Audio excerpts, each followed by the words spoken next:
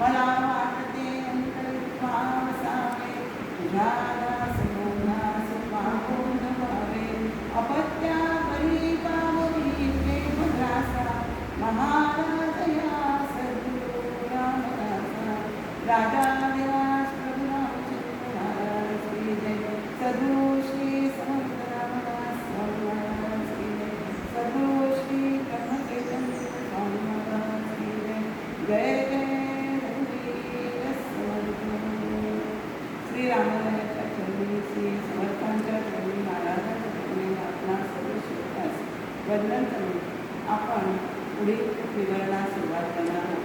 नवविधा भक्ती त्यातली आपण पहिल्यांदी श्रवण भक्ती बघितलेली आहे. आज शक्यतो कीर्तन भक्ती आणि नामस्मरण भक्ती आपण त्याचा आढावा घेणार आहोत. तत्पूर्वी समर्थांना गीतातून वंदन करूया आणि पुढील विवरणास आपण सुरुवात करूया. नामस्मरण भक्ती नामस्मरणाचं भक्तीचं गीत माझ्याकडे मला ते सांगत होते. नामी गोडी दे नारायणा नामी गोडी दे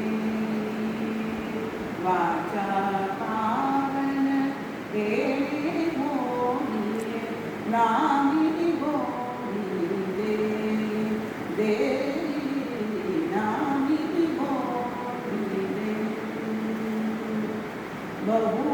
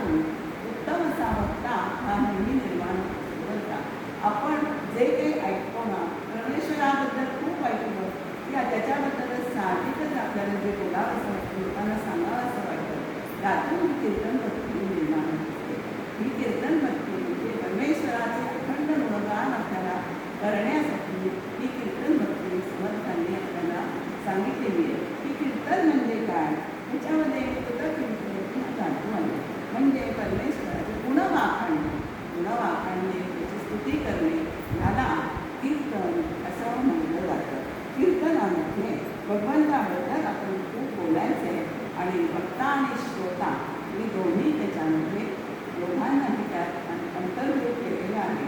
वक्ता असेल तर श्रोताला ऐकायला मिळाला हवा असेल तर वक्ता हा हजर पाहिजे आणि वक्ताला बोलून दुसऱ्याने ऐकायचं असेल म्हणजे या दोन्ही गोष्टी एकमेकांवर परस्परावर म्हणजे असतात. असं परवाचाच प्रश्न होता ना की कीर्तन भक्ती आणि श्रवण भक्ती एकमेकांवर कशा अवलंबून नाही. वक्ता तो वक्ताना नाही श्रोत्याशिवाय वक्ता हा वक्ता होऊ शकतो. पण तो बोलणार कोणासमोर आणि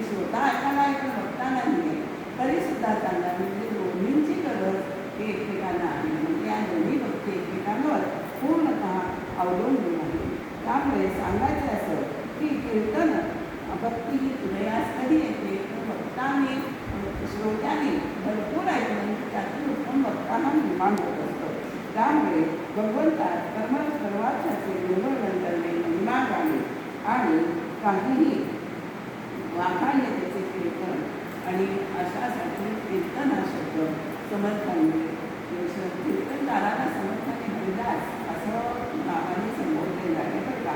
आणि तो कीर्तनामध्ये काय काय करत असतो तर भगवंताच्या स्वरूपाचे आणि गुणांचे, प्रेमाचे, सामर्थ्याचे, भक्तीचे असं जे जे वर्णन आहे ना तो कीर्तनाद्वारे आपल्या मांडत असतो आणि श्रोत्यांपर्यंत ते पोचत असतं. कीर्तनाचा मूळ हेतू काय आहे की लोकांच्या अंतरामध्ये भगवत भक्ती उपजणे हा कीर्तनाचा प्रधान हेतू असला पाहिजे.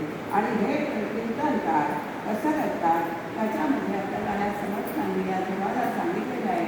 तर पहिल्याच 2 ओव्यांमध्ये समर्थांनी कीर्तनाची व्याख्या दिलेली आहे. कीर्तन म्हणजे काय? कीर्तन म्हणजे काय? सगुण कथा करावी, भगवद्गीतेची वाढवावी, अखंड मैत्री मिळावी, यथायोग्य. म्हणजे कीर्तन काय करायचे म्हणजे काय? सगुण हरिकथा करायची. भगवंता परवा आत्मनिक सगुणाने देऊन उभय होत. त्यामुळे भगवंताचं सगुण लीलांचं जे कीर्तन आहे ते आपण कीर्तनातून आणि नंतर काय करायचं भगवद्गीता त्याच्यामुळे वाढवायचे. कीर्तनातून ही भगवत भक्ती आपोआप वाढत असते.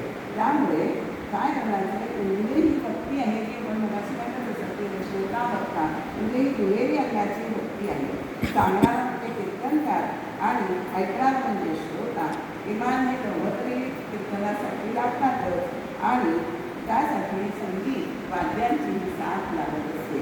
त्यामुळे समाजात सन्मानाचा जर प्रचार करायचा असेल, सुसंस्कारी परोपकारी व्यक्तीचा समाज आपल्याला उभा करायचा असेल तर कीर्तन याच्यासारखा दुसरा उपाय नाही. असा कीर्तनकार काय करतो समाजापुढे अध्यात्म विद्येचा आदर्श नेता म्हणून तो पुढे उभा राहतो. आणि या समाजातच कीर्तनकारांची समर्थांनी जणू आचारसंहिता सांगितलेली आहे. कीर्तन कसं करावं ह्याचं समर्थांनी अत्यंत समर्थपणे वर्णन केलेले आहे. कीर्तनाचं स्थानही पवित्र लागतं का.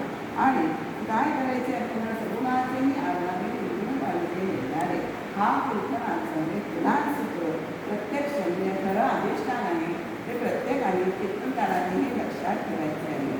याच्यामध्ये त्यांनी काय करायचे हरिकथा सांगायचे, अवतार कथा सांगायचे, भगवंतांच्या भक्तांची चरित्र सांगायचे आणि भक्ती निर्माण करणं हे कीर्तनकाराचं श्रोत्यांच्या अंतरी भक्ती निर्माण करणं हे भक्त्याचं म्हणजे कीर्तनकाराचं प्रयोजन त्यांनी लक्षात ठेवायचं. आणि कलियुगामध्ये कीर्तन भक्तीला अत्यंत महत्त्व आहे. कारण बहुजन समाजाला कीर्तन भक्तीला महत्त्व असल्यामुळे बहुजन समाजाला कीर्तनानेच उद्धार करून जाता येतं असं समर्थांनी या ओव्यातनं आपल्याला सांगितले आहे.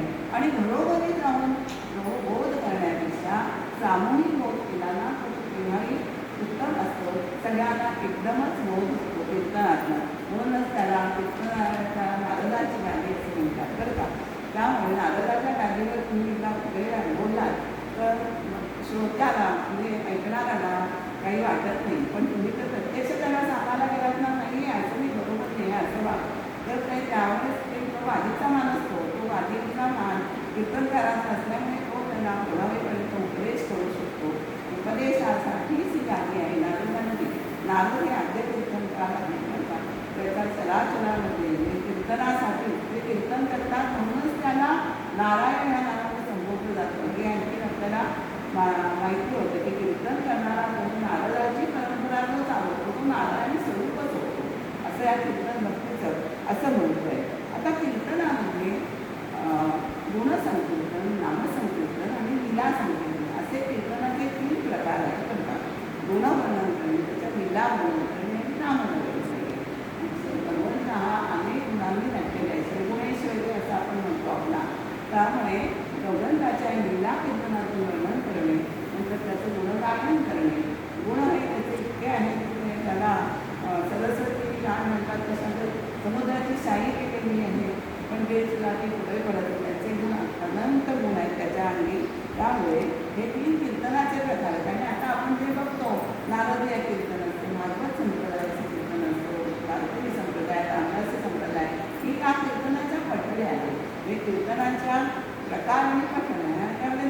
फरक आहे. तर त्यामुळे कीर्तन कसं करावं ह्या 3 कीर्तनाच्या या पठण्यातनं आपल्याला ते कळत जातं आणि समर्थांनी हे कीर्तनाचं महत्त्व आपल्याला यामध्ये वर्णन केलेलं आहे. तर हरिकथा करण्यासाठी आपण काय करावं, कीर्तनकार कसा हवा, तर वक्ता साधा साचार वक्ता पाहिजे साचार अनुभवाचा. नुसतं पोपटकंची करून बोलणारा वक्ता हा कधीही कामाचा नाही. कारण तुम्हाला स्वतःला अनुभव असला तरच तुम्ही तो प्रतिपादन कीर्तनातनं करू शकता. त्यामुळे आणि त्याच्यात आपल्या श्रोत्यांच्या मनावर तरच तो परिणाम होतो आणि तो स्वतःचा कीर्तनातून तद्रूप झाला तर श्रोते आपोआप त्या कीर्तनामध्ये हे तद्रूप होऊ शकतात. त्यामुळे आणि त्यांनी कीर्तनातनं भगवंताची कथा तरुण रसाचा पूर्ण अशी त्यांनी गडगडाटाने कीर्तन करायचे आहे आणि भगवंताची कीर्ती हा ब्रह्मगोळ तो म्हणतो आपण, तो सगळा अवघा लिहून टाकायचा आहे.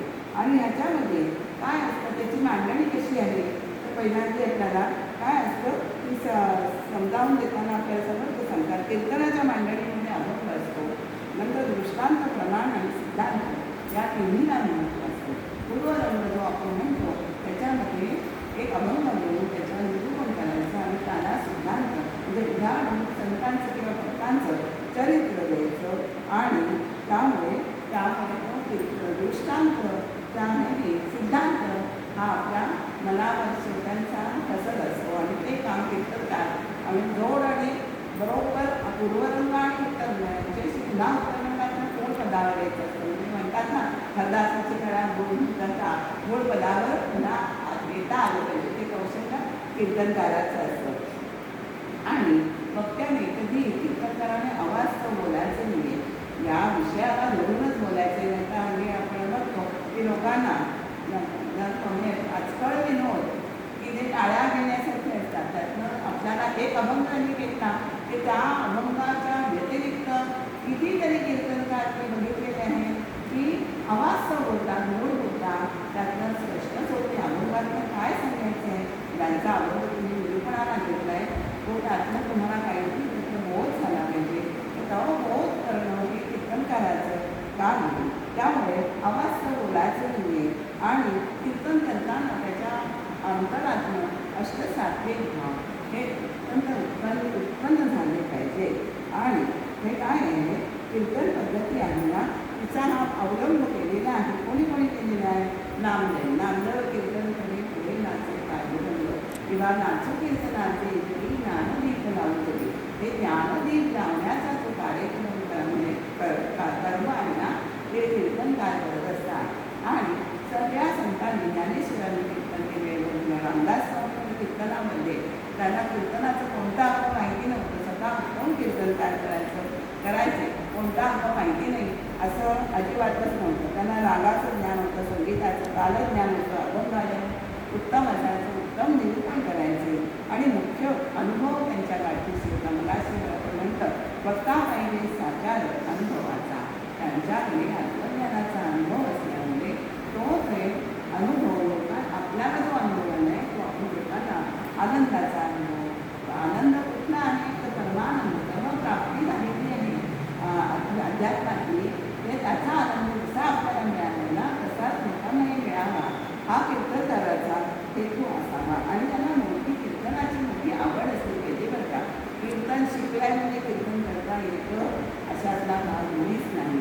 त्यामुळे कीर्तनाची मुळात तुम्हाला आवड पाहिजे आणि त्याच्याप्रमाणे काय काय कीर्तनाची मांडणी कशी करायची मोठ्या कीर्तनकारांकडून आपण हे समजत घेतली. किंवा तुम्ही या ग्रंथातनं वाचलं तरीसुद्धा आपल्याला कीर्तनाची आपल्याला सुंदर अशी माहिती मिळते. आपण थोड्याशा ओव्या आम्ही असं म्हणतो तसं आपण या सुखस्वार्था पेढीचं करावी हरिकथा, हरिकथेने सर्वथा राहूच नये. समर्थ म्हणतात हरिकथा जो करतोय त्याने हरिकथेशिवाय राहायचंच नाही आहे शांत. आता आपल्याला ते समर्थांचा अभंग माहिती आहे, पतित पावन राघवाची कथा. त्याच्यामध्ये समर्थांनी काय म्हणतात, कथानुरूपणी जन्म घेतला राघवाची कथा. म्हणजे आपली उभा जन्म आपण म्हणतो या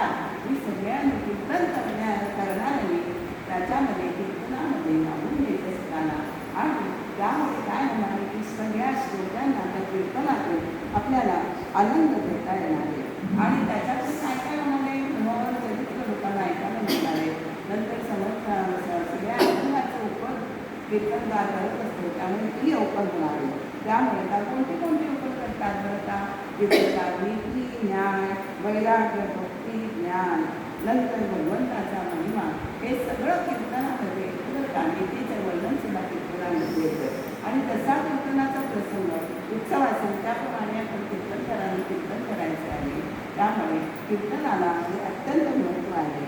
हरिकीर्तनाने सारे विश्व भरून टाकायचे, लोकांचे कर्म संपूर्ण आहे की कीर्तनाने धन्य करायचे, भरून आनंदाने भरून टाकायचे आहे. अशी कीर्तन कथा भगवंताला हे कीर्तन हे अत्यंत प्रिय आहे. त्यामुळे आपण श्रोत्यांच्या मुली भक्ती उत्पन्न होईल असं कीर्तन आपल्याला प्रेमभावाने आपल्याला भक्तिभावाने करायचं आहे. आणि कीर्तनाची भक्तीचा भगवंताचा यश कीर्ती कथा महिमा वर्णन करायचा आहे. आणि जो आनंद आपल्याला हरिकीर्तनाने स्वतःला प्राप्त झाला आहे तो आपण लोकांना द्यायचा प्रयत्न करायचा आहे. हा भाव त्या कीर्तनातनं त्यांनी प्रगट केला पाहिजे. आणि कथा म्हणजे काय आहे, ज्यामध्ये भगवंताच्या गुणाचे पुन्हा पुन्हा गायन होते ना ते आणि वर्णन असते, त्याच भगवत भजन म्हणतात. आणि त्यालाच दुसरी भक्ती कीर्तन असं समर्थांनी म्हटलेले आहे. आता सगुण कथा कीर्तनाविषयी समर्थ काय म्हणतात की आपले फरक आहे बोलीमध्ये सांगितलेलं आहे. कीर्तन आणि सगुण भक्ती आणि निरूपण ह्याच्यामध्ये फरक आहे. की कथा काय करायचे, राघवाची कथा आपण बघितलं तर काय आहे, सगुण कथी या नामे कीर्तन. त्यामुळे आपल्याला काय करायचं आहे, सगुण कथा या नावावर कीर्तन, अद्वैत म्हणजे निरूपण. अद्वैताचं म्हणजे अध्यात्मपदाचं जे आहे ते निरूपण आहे. आणि सगुण कथा म्हणजे सगुण भगवंता उभय उपाय आपण असं बघितलं, सगुणाचं चरित्र वर्णन करणं हे कीर्तनातून याला म्हणायचं कीर्तन. आता भगवंताची कथा निरंतर करा यासाठी एक मला संदर्भ द्यायचा आहे थोडसा, की माझी आई समर्थांनी म्हटल्यासाठी म्हटलं भात म्हणून तिने कीर्तन भक्तीसाठी मागून घेतली. चार वर्षात कीर्तन केली, पण लागोपाठ 6 चातुर्मास ज्या घडलेले आहेत. म्हणजे किती कीर्तन तर भक्तीची मोठी होती आणि खरोखरच तिची भक्ती मोठी होती. तिचे श्रोते अजूनही भेटले ना तरी आज तिला जाऊन 24 वर्ष होते. पण मी जे कीर्तनात्मक भक्ती उद्भवले ती श्रोते अजूनही स्मरत आहे. गेल्या वर्षीच तिथे त्याच मंदिरा माझ्या बहिणीचं कीर्तन झालं. तिथे संख्येने तिच्याकडे हुशार नाही कीर्तन करत आहे, या गोष्टीने तिच्याकडे बघत नाही. म्हणजे माझ्या बहिणीला असं वाटलं की आईचं नाव म्हणजे आईच्या नावाने आहे, आईची मला थोडी तरी जागा देता येईल की कीर्तन म्हणते. पण अतिशय लहानपणापासून बाळपण मिळालेलं आहे कीर्तनाचं. त्यामुळे हे तिच्या भक्तीचं फळ आहे की तिच्या भक्ती कीर्तनकार मुलगा, कीर्तनकार मुली आणि कीर्तनामध्ये निषादाची करणी घेतलेली सूर एवढी एका आईच्या पोटी जन्माला आहे. ते तिच्या कीर्तनाचं फळ आहे असं मला नक्की सांगावं असं वाटतं. आणि तिने सगळा ब्रह्म आहे तो कीर्तनाने करून टाकलेला आहे. पुढे माझ्या बहिणी पण अत्यंत सुंदर पद्धतीने कीर्तन करतात. आपण सगळ्यांनी त्यांचा अनुभव घेतलेला सांगेल गणपती उत्सवात वगैरे. त्यामुळे अशी कीर्तन कीर्तना ही श्रोत्यांना आणि भक्तांना दोघांनाही उजळून देणारी आहे. त्यामुळे या कीर्तनाने काय काय घडून येतं ते आपल्याला समजतं, आपल्याला सांगतात. आपल्याला कीर्तनाने उत्तम गती प्राप्त होते आणि भगवंताची प्राप्ती वाणी आपली पवित्र होते. आपल्या वाणीतून अजिबात एकही शब्द कीर्तनकाराच्या तोंडून येता कामा नये, येत पण नाही. ती वाणी अशब्द अपशब्द हे त्याच्या वाणीमध्ये येतच नाही. त्याची वाणी पवित्र होत असते. तो सत्पात्र म्हणतो आपण की कीर्तन करण्यास पात्र होतो. सत्पात्र आणि कीर्तन करण्याचे पात्र होतो. कीर्तनाने त्याला सत्पात्रता अंगी येत असते. तो शीलवान होतो भगवंताबद्दल. त्याच्या अंतरी हा निश्चय अंतरात मानत असतो आणि तो श्रोत्यांच्या अंतरातही रुजवत असतो. म्हणून सर्व लोक त्याला नारदांना आपल्याला अशी नारद हे आद्य कीर्तनकार आहे. त्यामुळे नारदांना जो नारायणाचं गुण गातो ना त्याला नारायण समजलं जातं. तो नारायण स्वरूप होतो. म्हणून कीर्तनकार हा नारायण समजतोय. त्या नारदाच्या गादीचं जे महत्त्व आहे ते म्हणूनच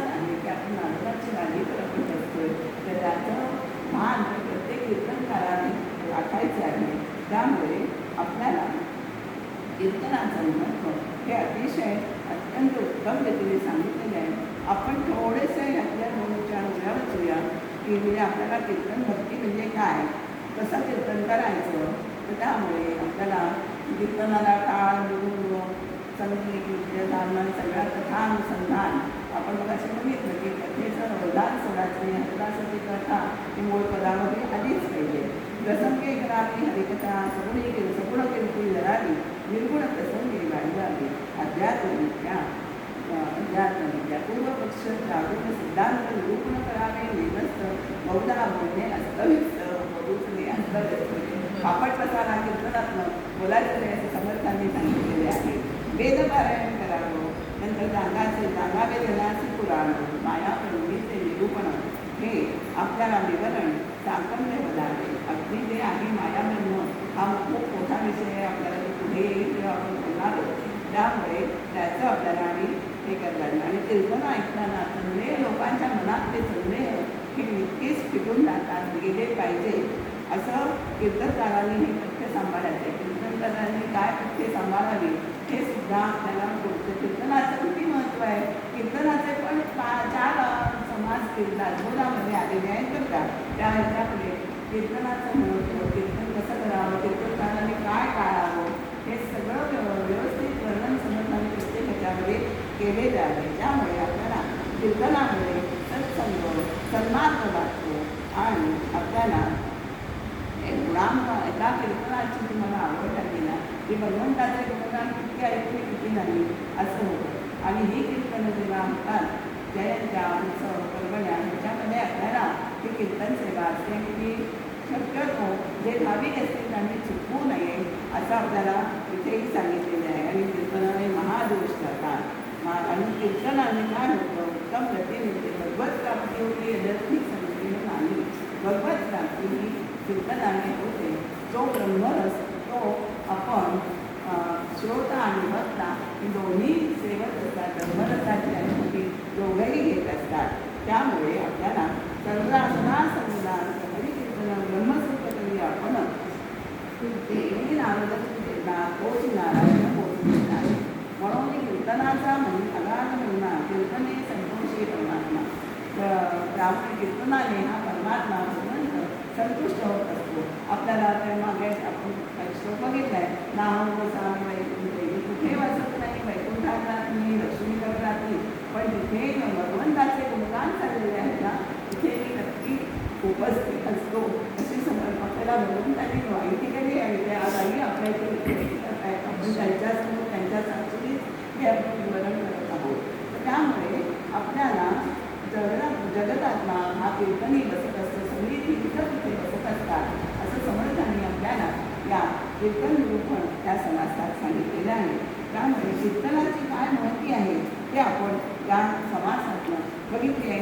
आणि समर्थ म्हणतात तिथे मी काय म्हणणार, समर्थ म्हणतात कीर्तनाचा महिमा इतका आधार आहे की मी सुद्धा इतके प्रश्न सोडवते ह्याचं हे सांगू का ते सांगू असं मला प्रश्न पडतोय. खरोखर कीर्तन हे खूपच प्रभावकारी कीर्तन असलं पाहिजे असं आपण सांगू नका. आपण नामस्मरण भक्ती याकडे आपल्याला करायचं आहे. नामस्मरण भक्ती आता कीर्तन भक्ती आणि श्रवण भक्ती आणि कीर्तन भक्ती या 2 भक्ती झाल्या. पण याच्यामध्ये ह्या दोन्ही बहिरंग भक्तीचे सुरवादाने भक्ती आहे बरं का. आणि नामस्मरण ही भक्ती जी आहे ती अंतरंग म्हणजे सगुणाकडून निर्गुणाकडे जाणारी अंतरंग भक्ती. म्हणून नामस्मरण भक्तीचं महत्त्व हे अत्यंत वेगळ्या प्रभावीपणाने आपल्याला बघायचं आहे. नामस्मरण भक्तीमध्ये काय आपल्याला सांगतायचं नंतर स्मरण म्हणजे काय, विष्णुस्मरण असं त्याचं भागवताचं नाव काय आहे.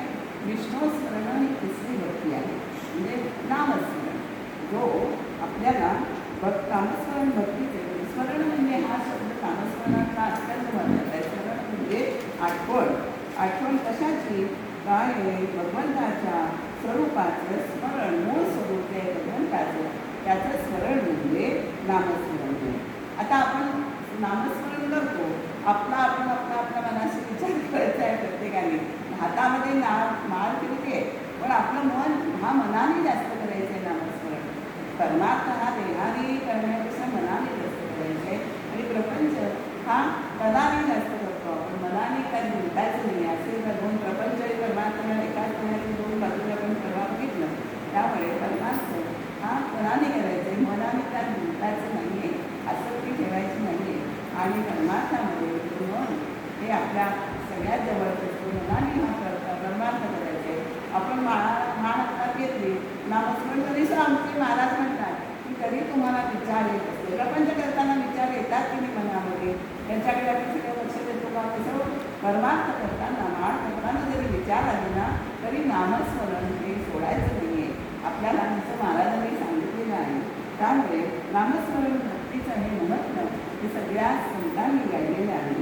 त्यामुळे मन जरी भरकटलं जप करताना तरी नामस्मरण सोडायचं नाही. नामस्मरण कधी सोडू नये सर्व काळी, असं समर्थांनी या समासातून आपल्याला सांगितलेलं आहे. भागवतात म्हटल्याप्रमाणे विष्णुस्मरण नामाची ही भक्ती आहे. आणि नामसाधना ही सगुणा करून अदृश्य निर्गुणाकडे जाणारी मिळाली असे अंतरंग साधना आहे.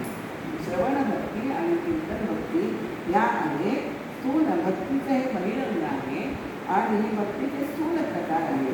आणि त्या कशावर तरी अवलंबून आहेत, त्यांना साधनं लागतात. बाह्य साधनं जी आहेत ती त्यांना लागतात. त्यामुळे नामस्मरणासाठी तरी या कोणत्याही गोष्टीची आपल्याला आवश्यकता नाही. लागते का पेटी तबला लागतो का नाही लागत. एक तुम्ही हातात मळ देते किंवा आता आमच्याकडे आम्ही करतो तबला पेटीवर संगीत रामनाम आमच्याकडे आई वेगाकडे ती प्रथा होती. पण त्याच्यामध्ये काय होतं की तुम्ही संगीत कोणत्या भागवताचं सांगणे काय बरं का, तुम्ही नामस्मरण करा कोणत्याही जन्म करा, गाण्याच्या कटेरीतून करा, ते भगवंतापर्यंत पोचतंच. आणि तो आमच्याकडे जो उपक्रम होता 24 तास संगीत नामनाम पुन्हा आम्ही पेटी मिळला आणि त्याच्यात वेगवेगळ्या रागात गरजाप्रमाणे नामस्मरण सामूहिक करायचं. पण वैखरी वाणीने जप करणं हा आपण वैखरी वाणीने मोठ्याने आपल्याला संस्थांनी महाराजांनी सांगितलं आहे. आपला जप आपण करतो तर आपल्या कानाने आपल्याला ऐकायला आला पाहिजे. म्हणजे आपले विचार आपल्या डोळ्यासमोर जो मंत्र आपण करतोय तो मंत्र डोळ्यासमोर दिसला पाहिजे जप करताना. म्हणजे मग आपसुकच आपले विचार हे दुसरीकडे कुठं जात नाही. हा अनुभव प्रत्येकाने घेतला असेल घेतला नसेल तर घ्यावा असं माझं सांगणं आहे. यासाठी नामस्मरणासाठी मात्र काही साधन लागत नाही. त्यामुळे हा भक्तीचा विशेष म्हटला जातो. नामसाधना ही अत्यंत सूक्ष्म आहे.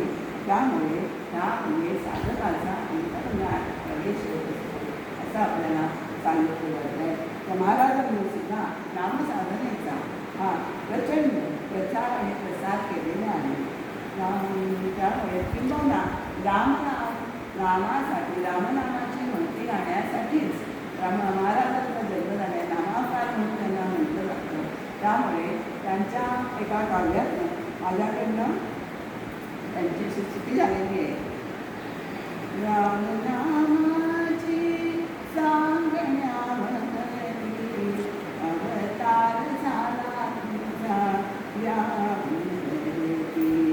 नामे लाभे उत्तम गती रामनामाचा वाचे विचार श्री ब्रह्मचैतन्य कृपेचा सागर. हे सांगतात रामनाम हे वदानी जगाचे सांगणे तुमचे असे करते परमहित होई तेणे भक्तांचे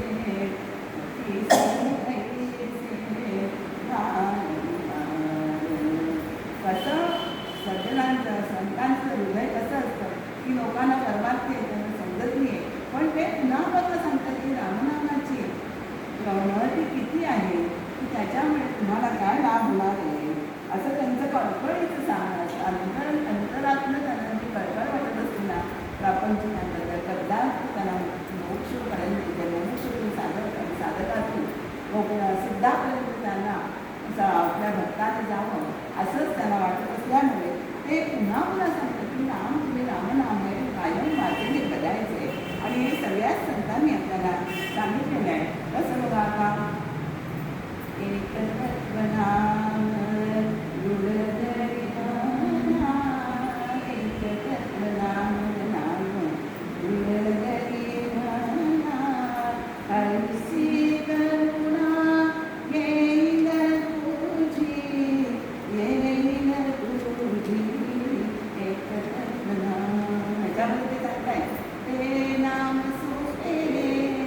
राम कृष्ण गोविंद हे नाम कसं सोपं नाव आहे तरी सुद्धा आपल्याला मुखात येत नाही का आपण इतकं प्रपंचात गुंतलेलो आहे.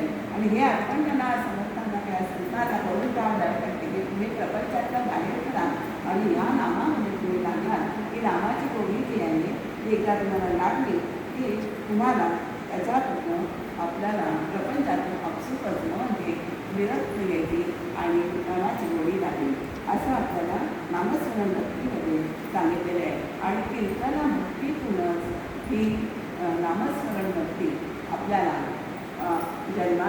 जन्मास येते असं म्हणायला हरकत नाही. कारण कीर्तनकार वेळोवेळी जर आपण ऐकतो कीर्तनात कुंडली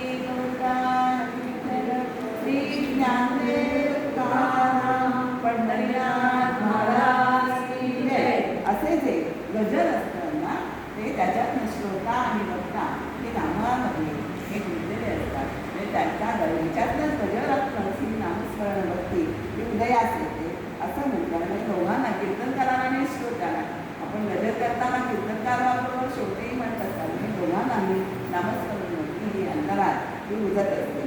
कीर्तन आणि श्रवण आपण म्हटलं मगाशी तसं हे अत्यंत बहिरंग साधन आणि नामस्मरण भक्ती हे अंतरंग साधन आहे. आणि आपल्याला हे नाम कसं घ्यायचं आहे तर येता जाता उत्तरसता कार्यकर्ता वदनी वदता दास येता अगदी सुखाचे अवसरी पण आपल्याला हे नाम हे सोडायचं नाही आहे. नामस्मरण भक्तीने आणि आपल्याला काय भगवंताचं जे अनुसंधान आहे ना ते कायम टिकलं जातं. त्याच्यामुळे नातं माझ्याकडनं मी गाणं विष्णुस्मरण ही दुसरी भक्ती ठेवा अनुसंधान. विष्णुस्मरण ही जी आपल्याला भागवतात त्याचं नाव आहे विष्णुस्मरण.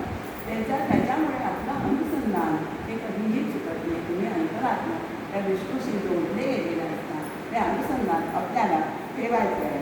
त्यामुळे हे नामस्मरण हे कधीही काहीही कधी कोणतीही परिस्थिती याच्यातून नामस्मरण भक्तीचा समाज वाचणारे अनेक लोक आहेत की जो रोज नित्यनेमाने हा समाज वाचतात. त्या नामस्मरण भक्तीचं महत्त्व आहे. त्यांनी काय आपल्याला काय सांगितलं एकमुखाने आपण केलेलं आहे. कारण नाम हे काय आहे रूप आणि नाम. आपण मगाशी गाण्यात बघितलं नाम रूप मनोहर नामस्मरण सुख अपार करुण जाणा भोसागर आत्म लागेल.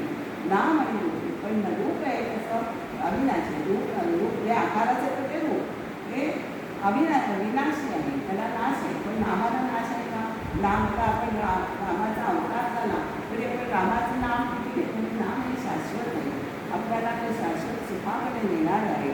त्यामुळे अंतिम सत्य आहे. त्यामुळे नाम हे अंतिम सत्य आहे. त्याचंही आपल्याला त्या घेण्यासाठी आधीही खर्च करावा लागते.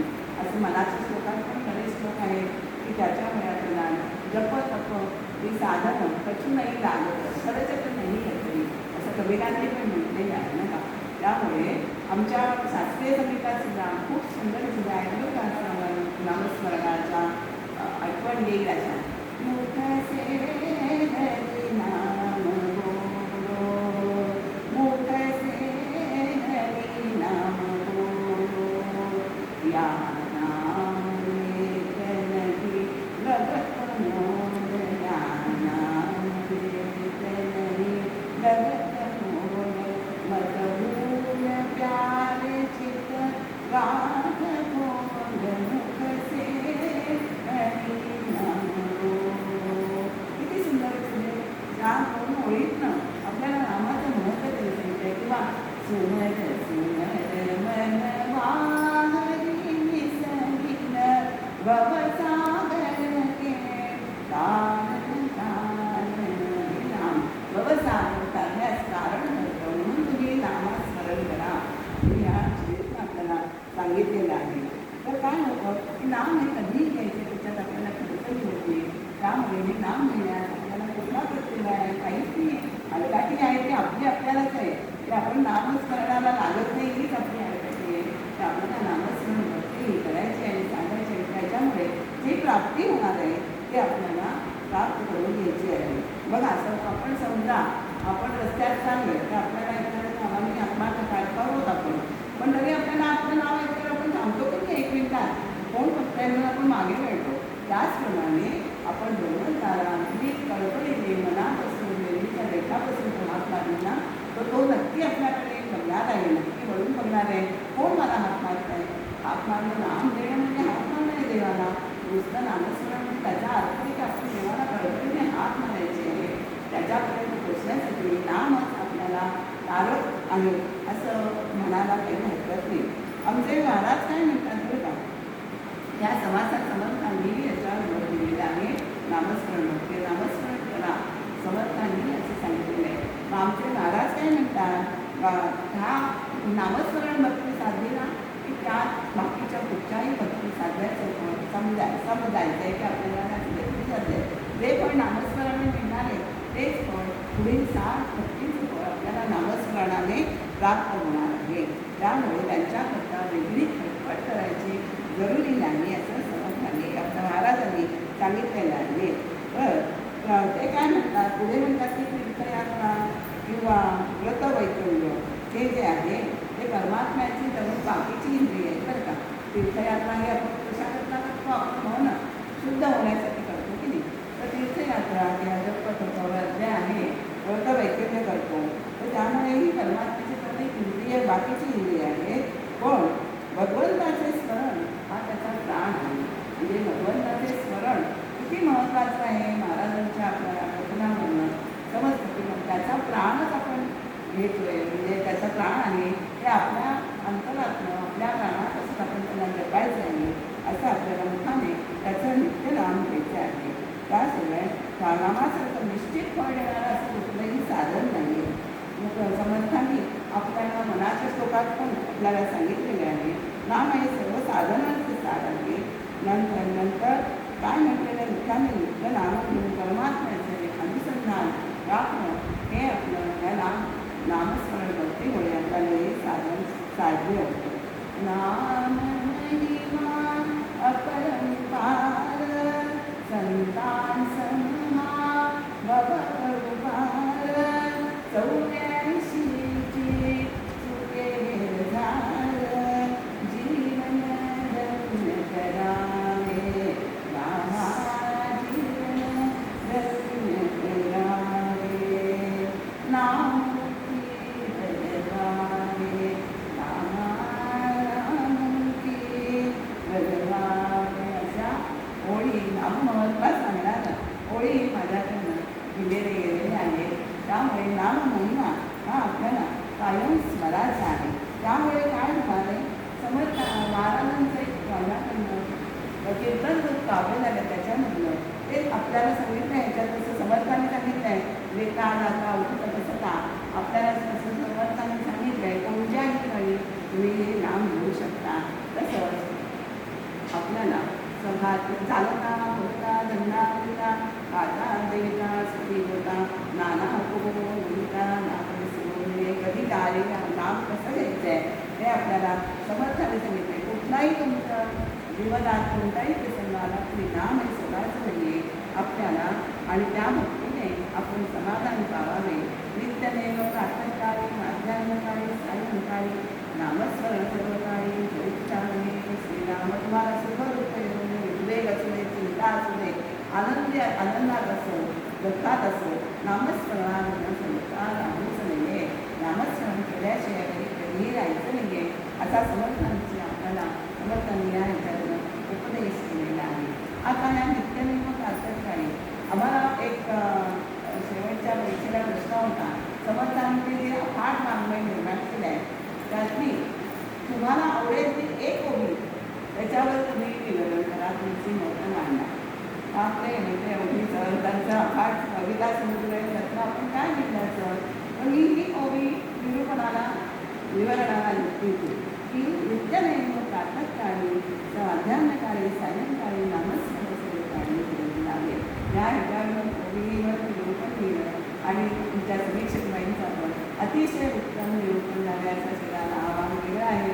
पण ही ओवी अत्यंत महत्त्वाची साधकांसाठी की ती तुम्ही नित्यनेम आमचे महाराज काय म्हणतात आपण कारण नित्यच आहोत. आपलं स्वरूप भगवंताचं स्वरूप तेच आपलं स्वरूप आहे. आपण भगवंताचा एक अंश होतो आपण पण नित्य आहोत पण आपण अनित्य या जगात राहतो ना म्हणून आपल्याला नित्याची सारखी आठवण त्यामुळे ते नित्यनेम प्रातःकाळी तो प्रातःकाळी विशेषतः करायचे असं आपल्या समर्थांनी मनाच्या श्लोकातून सांगितलेलं आहे. मनाच्या श्लोकातून समर्थांनी नामभक्तीचा आपल्याला सांगितलेली आहे. ती कशा प्रकारे आपण थोडंसं बघूया. नामस्मरण भक्तीचं मनाचे श्लोक त्यांनी काय सांगितले ते आपण बघू आणि आपलं विवरण संपूया. प्रभाते नीराम चिंतित जागा आणि जगी होईल धन्य या रामनामे. आपल्याला समर्थांनी मनाच्या श्लोकातून नाममहिमा हा सांगितलेला आहे.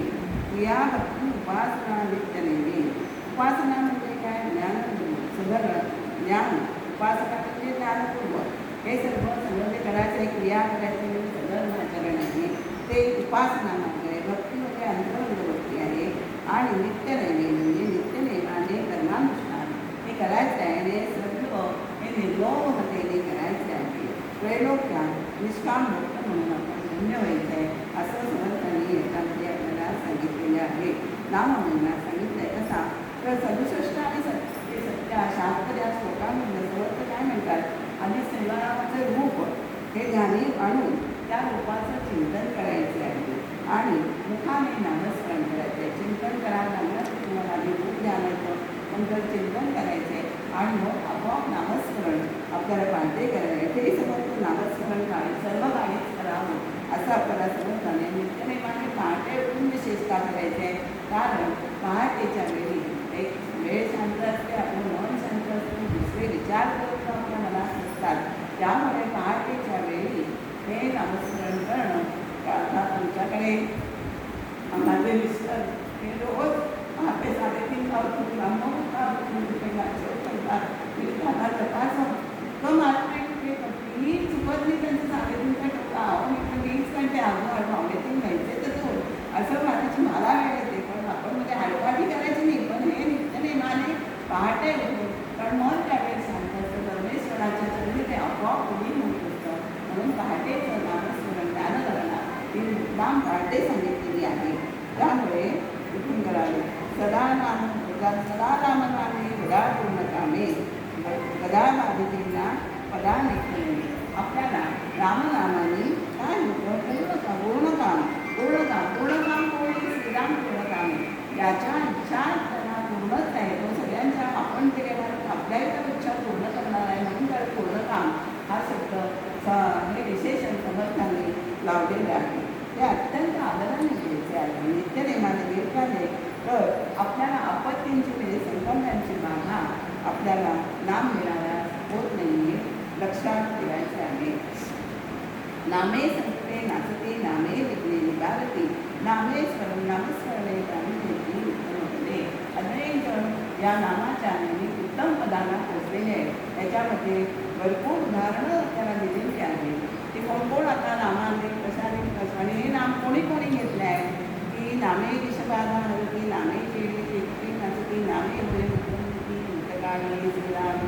आणि त्याच्यामध्ये नामाचा महिमा जाणे सुंदर रजना अपदेशी विश्वंभर वाराणसी क्षेत्र रामनामे पूर्वी. नामाचा महिमा असा आहे की काशीत गेलेल्या माणसाला मृत्यूला शंकर त्यांच्या गानामध्ये रामनाम सांगतो त्याच्यातनं मुक्त संसारातून मुक्त होतो. म्हणजे म्हणून त्याला मुक्तिक्षेत्र असं काशीचं नाव एक आहे. मुक्तिक्षेत्र त्याला म्हटलेले आहे. आणि उपराट्या नामासाठी वाल्मिक ठरला होती भविष्य बदला अष्टकोटी चरित्र विलासाचे. आता उपराट्या नामासाठी आपल्याला राम त्याला म्हणतात येत नव्हतं आणि त्याच्यातनं महाराज होणार असे शब्द असायचे. पण उपराट्या नामाचा हा अत्यंत वेगळा अर्थ असायचा आहे. तो मी आपल्याला थोडक्यात सांगणार आहे. उपराटा म्हणजे रामरामला हे झालं, पण आपलं काय होतं? आपल्याकडे माणसाच्या अंतरात 4 वाणीच्या अवस्था आहेत. कला, पश्चिमची, गतीला आणि पैठणी या अवस्था आहेत. पण आपण काय करतो? अगदी पहिल्यांदा पैठणीचे नाव घेतो, मग ते मला पश्चिम मध्यमा म्हणजे मध्यम आपण मनात घेतो, नंतर पश्चिमची जाण जातं आणि मग शेवटी ते परेकडे जातं. पण हा उलटा प्रवास कसा आहे? मुळात स्फुरण होतं ते परावाणी होतं आणि परावरनं तो मध्यमात येतो, पश्चिमची येतो, पश्चिमची मध्यम आहे आणि मग पैठणी. हा असा प्रवास आहे. तो आपण साधक असा उलटा करतो. म्हणजे मध्य वैखरीतून परेकडे जाणं हा उखराट्या नावासाठी. आणि असं वाल्मिकींनी नाम घेतलेले वाल्यापोळ्यांनी म्हणूनच तो वाल्मिकी ऋषी झालेला आहे. त्यामुळे वाल्यापोळ्याचे नाम घेता घेता या अवस्थेपर्यंत तो पोचलेला आहे. आणि त्याच्याभोवती इतकं त्याने तो नामामध्ये घडला की त्याच्याभोवती गारुड जमलं तरी त्याला त्याचं नाम होतं. हरपून सारे देहवान, आपण रामाचं नाम जे घ्यायचं आहे ते आपलं देहवान हरपून घ्यायचे आहे. त्यामुळे रामनामात तो तल्लीन झाला आणि म्हणूनच रामनामाने तो करून गेला आहे. असा या समासात पण आणि मनाच्या श्लोकात पण असा उल्लेख आहे. त्यामुळे सुखाकारणे कुंचली म्हणजे सुखा म्हणजे पोटाला ती रामराम म्हणायला शिकवायची, पण ती स्वतः उतरून गेली की अजामेळ पापी. अजामेळच्या खरा तो ब्राह्मण होता, पण तो नादी लागला विष्णूच्या वेशेच्या आणि त्याला त्याच्यापासून नाव म्हणजे झाली. शेवटच्या मुलाचं नाव ठेवलं त्यांनी नारायण. अंतकाळी त्यांनी नारायण असं हात काढलं, पण नारायण हे मुलासाठी होतं, पण भगवंत म्हणाल माझं नाव घेतलं तर त्याला काढून गेलेलं आहे. म्हणजे असे ते अनेक करून गेले. पाषाण सुद्धा नामाने करले. तर मानवाची काय कथा, आपण पाषाणात आपल्याला टाकून द्यायचं आहे आणि मृदूत करून असलेलं नाम आपण आपल्या अंतरात धरायचे. हे आता आपल्याला सांगायचं वाटतं. बहुतार असंख्यात भक्त उदरणे बहुतारणे मानवदेवराणी प्रल्हादाचं उदाहरण आहे. कितीतरी आपल्याला उदाहरण आहे की नामामुळे ते करलेले आहे. आणि मनाच्या श्लोकात ह्याच्यातही उल्लेख नामस्मरण भक्ती हा समाज पूर्णतः अभ्यास करण्याचा समास आहे आणि तो आत्मसात करण्याची भक्ती आहे. ते आपण आत्मसात